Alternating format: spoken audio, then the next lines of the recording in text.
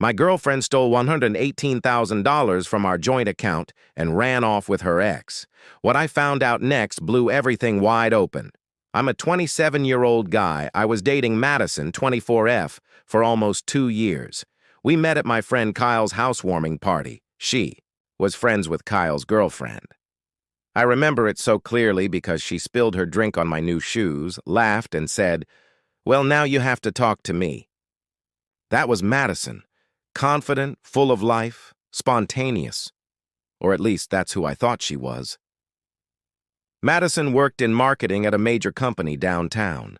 She always had stories about creative campaigns, weird street festivals, or random stuff she was excited about.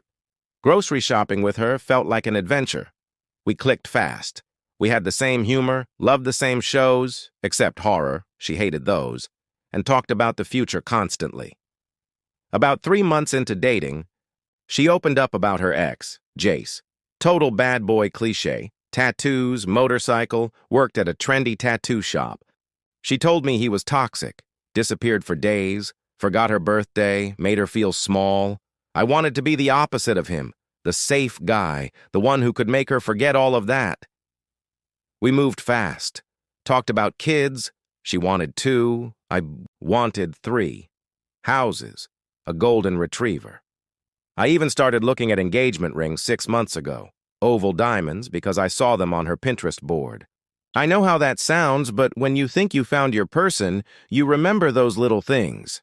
We opened a joint travel savings account. We both deposited a portion of our paychecks every month. She was obsessed with Paris and had a whole itinerary planned, but slowly, things started feeling off. She got more distant, especially on her phone. Said work was stressful. I chalked it up to burnout. Then came the Tuesday everything changed. We had breakfast together, protein. Pancakes she loved. They tasted like drywall, but I never told her. She hugged me from behind while I did dishes and said, "I appreciate you. I don't say it enough, but I love you." I smiled, told her she could say it more if she wanted. We kissed. She left for work. That was the last time I saw her. At 2. First, I thought she was just busy, but my texts went unread. Calls went to voicemail. The next day, still nothing. I called her office. Her assistant, someone who'd always been nice to me, sounded tense. "Madison is on indefinite personal leave." What? I drove to her apartment after work. Everything looked normal at first. Clothes in the closet, her coffee mug in the sink, laptop on the desk. But her passport was gone. Her emergency cash box, empty. I called her parents. Her mom said, "Oh, Madison probably just needs space. You know how she is." No, I didn't know how she is. Because disappearing overnight wasn't part of the Madison I knew. I filed a missing persons report.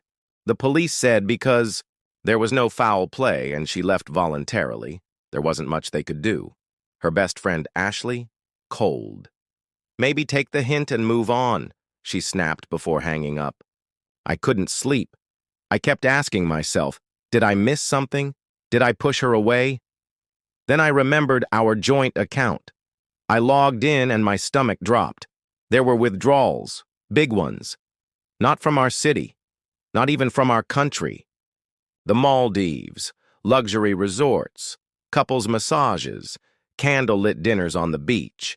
While I was panicking, thinking she was hurt or worse, she was sipping cocktails in paradise with Jace. The resort confirmed it. Madison Williams and Mr. Walker are enjoying their stay. Would you like to leave a message? I couldn't breathe. Everything clicked. The late-night work calls, the sudden interest in opening a joint account, the vague behavior. She'd been planning this. I messaged Ashley again. She didn't reply for an hour. Then she sent a bunch of photos. Madison and Jace, hugging, laughing, holding hands on a beach, looking every bit like a honeymooning couple. Ashley asked to meet in person. When I saw her, she looked wrecked. Turns out she had a story, too. Madison wasn't the victim she pretended. to be in her relationship with Jace. She'd emotionally manipulated him, tried to change everything about him, pushed him to break up. Then she orchestrated dating me. She'd seen me around, knew I was the opposite of Jace. The drink spill at Kyle's party? Not an accident. 6 months in, she even set Ashley up with Jace. Told her it was a casual idea, said they'd be cute together. But really, she wanted someone to spy on him, feed her updates, photos, every move he made. Ashley complied, loyal to a fault, until Jace dumped her, told her he'd only dated her to make Madison jealous. That's when Madison made her move. She and Jace reconnected. The joint account? Jace's idea. She encouraged me to contribute more and more. It was their escape fund. Ashley showed me the texts, Madison laughing about how I was funding their dream life. I walked out. I got a lawyer, my cousin helped. I downloaded every bank statement, gathered evidence. Madison took over $118,000 from our joint account. But here's the twist. I had contributed the majority of it, and she never expected me to fight back. So I did. I froze every shared account, reported the theft, pressed charges, sent everything to the police and my lawyer, the resort in the Maldives cooperating. Turns out they take financial fraud seriously. My lawyer is working on getting the money back and then some. I canceled her subscriptions, Netflix, Hulu, Amazon, changed all the passwords, disconnected her phone from my plan, and I'm not stopping there. You don't get to steal someone's heart, their money, and their trust, then ride off into the sunset without consequences. I don't know what happens next, but I know this.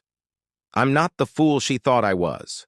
In total, she burned through over $25,000 of my money. The kicker? Madison barely touched her own savings while living like royalty off mine. My cousin helped me track everything, every withdrawal, every resort booking, every spa charge, every jewelry store receipt. Just the resort alone cost over $9,000. Fancy dinners, spa treatments, expensive gifts, it was all funded by me. The morning after she left, I went to the bank the moment it opened. Turns out, Madison had already set up automatic transfers from our joint account to a new one in her name, scheduled to start the day after she vanished. The bank manager helped me cancel the transfers and, more importantly, remove myself from the account. But I didn't just walk away. I withdrew every cent I'd contributed, legally and with documentation to prove it. Madison was left with $3,000, which was the amount she'd put in, not quite enough for the luxury vacation she'd planned. Then I got to work. Phone plan? I split our lines. She'd secretly added international features. They were cut off mid-vacation. Shared cloud storage? Gone. I downloaded all her photos, hundreds of them with Jace, then locked her out. Corporate gym membership she'd been mooching off of? Canceled. Toll tag? Spotify family plan? Deactivated. I erased her from every part of my life, but that wasn't the end of it. I also compiled everything. Every lie, every secret meeting, every fake excuse. I saved screenshots, text logs, bank records, timestamps. I knew Madison. I knew she'd try to spin this when she got back. And I was ready. The whole time I was doing this, Madison was posting romantic beach pictures with Jace. Living my best life with my soulmate. Each post made me more certain I was doing the right thing. About a week later, I got a text from a random international number. It was Madison. She'd finally realized her cards were getting declined. What's going on? Why can't I access any of our accounts? I didn't respond. Let her figure it out. Ashley told me later Madison had called her in a panic. The resort had confiscated their passports because they couldn't pay the bill. Apparently, Jace's friend had to wire them money to get them out. So much for that romantic escape. 67 days later, she showed up at my door. Yes, I was counting. I was playing video games when my doorbell rang. Checked the camera. There she was, standing on my porch in a designer sundress, dragging a designer suitcase like she'd just gotten back from a regular vacation. I opened the door. Madison immediately broke down, crying. I made a terrible mistake. She tried to step inside. I blocked her. She looked shocked. I'd never stood up to her like this before. She launched into a monologue about how Jace was still selfish and immature, how he embarrassed her, how he ruined everything. She said she realized I was the stable, reliable one, that she wanted a future with me. I couldn't help it. I laughed. Stable and reliable? You mean easy to manipulate? Easy to steal from? Her whole demeanor changed. The crying stopped. The mask slipped. What are you talking about? I pulled out my phone and opened the folder. Let's talk about the money you stole, or Ashley helping you spy on your ex while pretending to be in love with me. She panicked, switched tactics, blamed Ashley, blamed Jace, promised to pay me back, begged for another chance, said she'd go to therapy, do anything. You mean like how you gave Jace another chance, using my money? That hit her. She went pale. Finally, she understood I knew everything. She snapped. You had no right. That was our money. You ruined everything. She screamed that I'd never find anyone like her, that she'd tell everyone I was abusive. So, I hit record on my phone. Let her keep going. More evidence for my lawyer, just in case. Eventually, she left. I watched through the doorbell camera as she rolled her suitcase down the driveway, yelling, defeated. A few days later, I started. Getting messages from people asking if I was okay. Turns out Madison had gone nuclear. She posted this long, dramatic Facebook post claiming I'd been emotionally and financially abusive, that she'd escaped to the Maldives to find healing. She cherry-picked text messages, twisted our conversations, and posted staged photos of herself crying as evidence. And people believed her. One even sent the post to my boss, suggesting I shouldn't be employed. It was insane. I felt like I was losing my grip on reality. But then, Ashley stepped in. She'd had enough of Madison's lies, too. Without me even asking, she made her own post.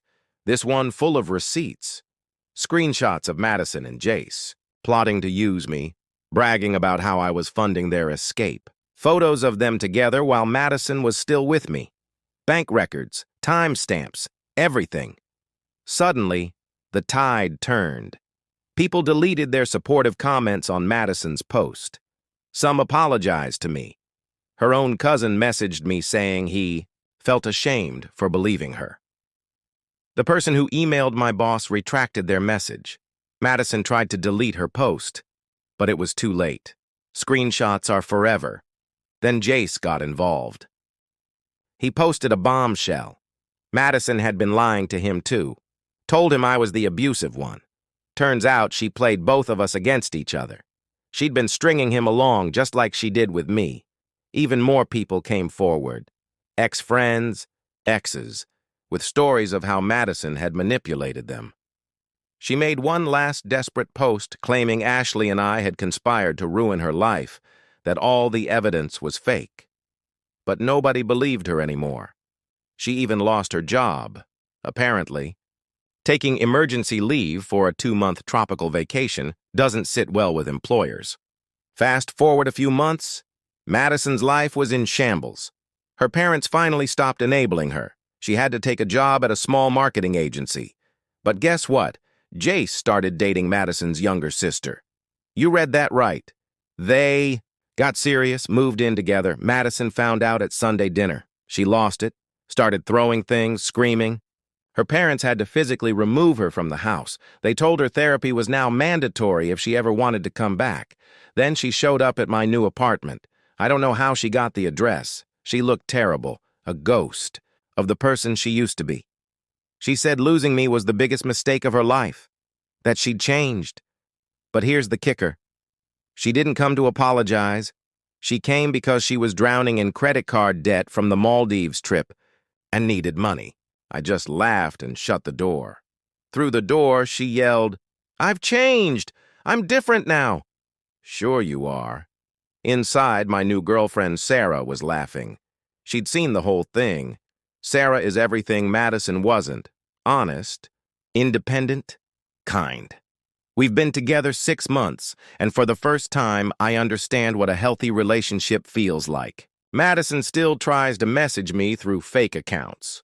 We made a game out of it. Guess how many sentences until she asks for money. Last I heard, she's in a small apartment her parents help pay for. Out of work again. Still in therapy. Mostly complaining about how unfair life is. Looking back, I'm actually grateful. If Madison hadn't revealed who she really was, I might have married her and found out too late. Now, I'm free, I'm happy, and she's finally facing the consequences of her own lies.